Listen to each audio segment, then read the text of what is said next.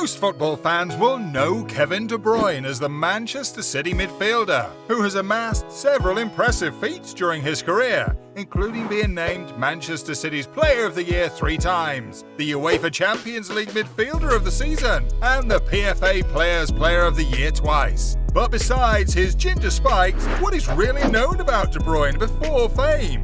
Make sure you hang around until the end of the video. We've left all the juicy facts for the end. The man who was to become one of the highest regarded players in football was born on the 28th of June 1991. The parents Herwig De Bruyne and Anna De Bruyne in Belgium.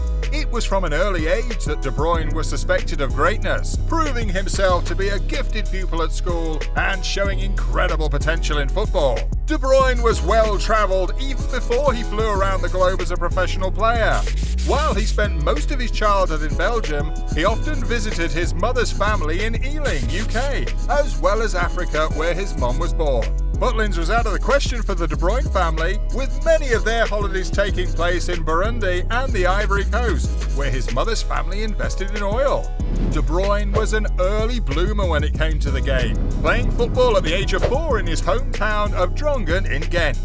With a lot of hard work and determination, the young player found success at his youth club, which attracted a lot of media attention in Belgium.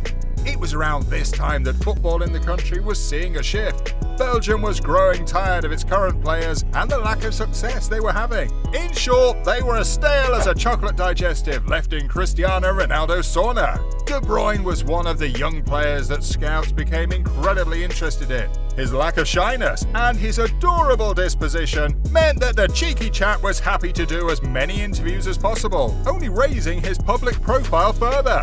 At 14, De Bruyne decided it was time to pursue his dream, leaving his village and joining the Genk Academy, where he spent 5 days a week. It was here that he sharpened his skills and prepared himself for a career in professional football. With the invaluable skills under his belt, all it took was the proper management to thrust the player into the limelight. This job came down to his father, Herwig De Bruyne Sr., who had the business and negotiation skills to wrangle his son the best salary and sponsorship deals. Trust a dad to sort things out for their son. Luckily, De Bruyne had the skills to back up the boasting. Before fame, De Bruyne was showing incredible promise, and with the right businessman fighting his corner, nothing was stopping him. Before we jump into the tipping point of his impressive career, why not subscribe to Ballers Before, the #1 YouTube channel covering the lives of players before they found fame? In 2010, De Bruyne started his career with Genk, which went on to win the Belgian Pro League. 2 years later, he was part of the Chelsea lineup before being loaned out to Werder Bremen, one of Germany's biggest football clubs. De Bruyne did briefly return to Chelsea in 2013, and despite a knee injury, he still managed to make an assist on the first goal scored against Hull City in the 2013-2014 Premier League season, which they won.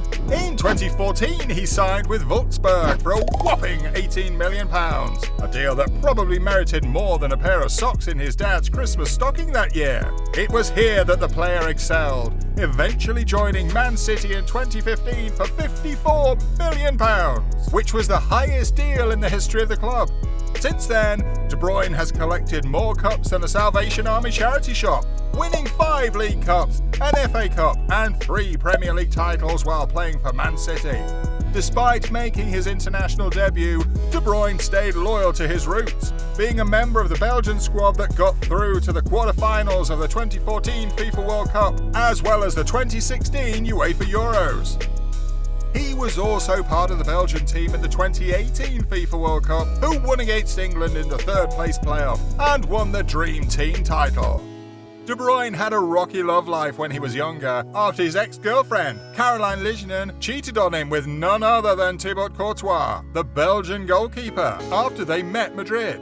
Completely unaware of the betrayal, it was De Bruyne who ironically let one slip through the net. Fortunately, after the heartbreak, he started a relationship with Michelle Lacroix, who he married in 2017.